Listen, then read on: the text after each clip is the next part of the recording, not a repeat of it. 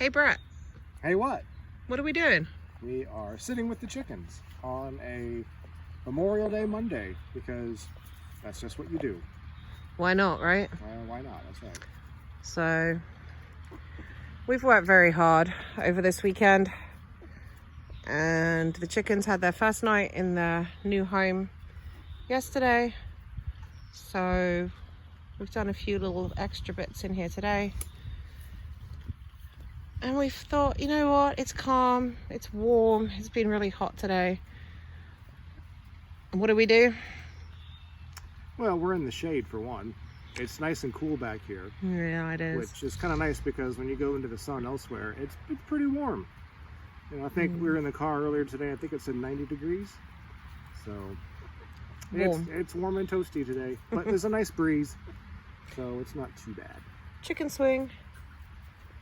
We've got a bit of half a cabbage hanging just by the perch there.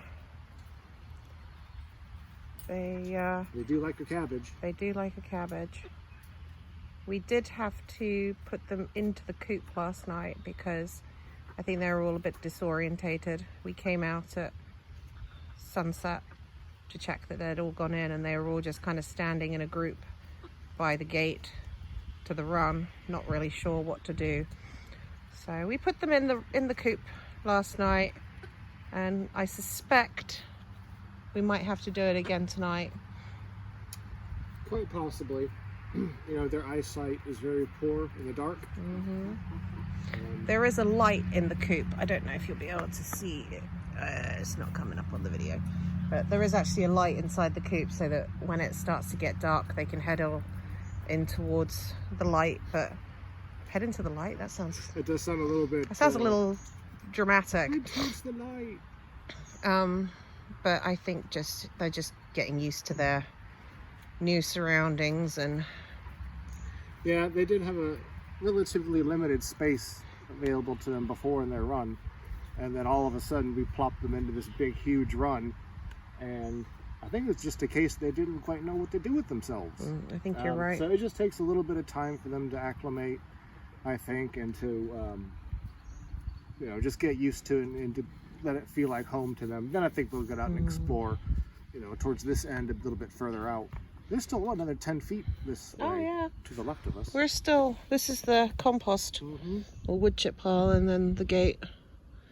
But it's a good amount of space for them, and well, they seem to congregate down towards the coop side, which is fine.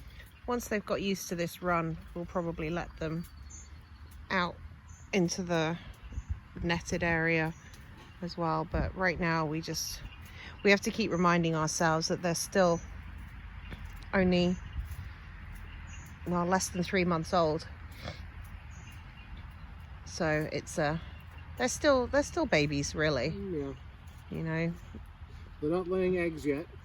Nope. So they're still, you know, I would say, you know, maybe maybe young teenagers, somewhere in that range. I would guess they're not helpless, but they definitely don't know what they're doing yet. There's still some learning to be done, but I think we've made the right decision in where we've put them. The temperature difference here amongst the trees is significant. Earlier we planted some new apple trees in the back where you can see behind the chicken coop that it's very sunny still, and it's about 20 degrees hotter out there than it is in here. Yeah. So I'm confident that we have made the right decision, particularly for the hot summer months that we get here. And yeah, we get cold winters as well, but I think the cold, they'll be able to go into the coop and keep themselves warm and sheltered, whereas the heat there's not really any escape from. Yeah. I think the next phase of our planning of this run and coop thing is we're going to have to figure out a way in the winter for us to come back here when, you know, potentially might have a foot of snow on the ground. You know, it gets mud season in the spring. It gets really muddy and wet It does. So between here and the house is probably maybe 100 yards away from where we're at. So it's not a real long way, but it's long enough where it's a long way in 2 feet of snow. Yeah. So we're gonna come up with some solutions. Maybe get like a weatherproof box to keep that out here, keep some supplies in, so that we're not trotting back and forth, carrying things back and forth. Yeah, we still we don't have a water source out here in the outback, but so all we're doing at the moment is taking the waterers.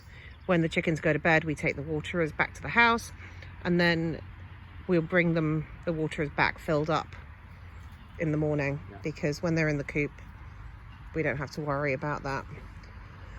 So anyway, that's our evening. Yeah, I think it's quite relaxing. It's very relaxing. We've got some music on and just sitting out here with a cold drink, chilling. Bugs don't seem to be too bad right here. Not yet. We have six bug eaters that are might, go on the prowl and they take care of it, hopefully. Yeah. Mini dinosaurs. Yeah, the little dinosaurs are doing their thing. Anyway, that's what we're doing. Say bye, Brett. Bye, Brett.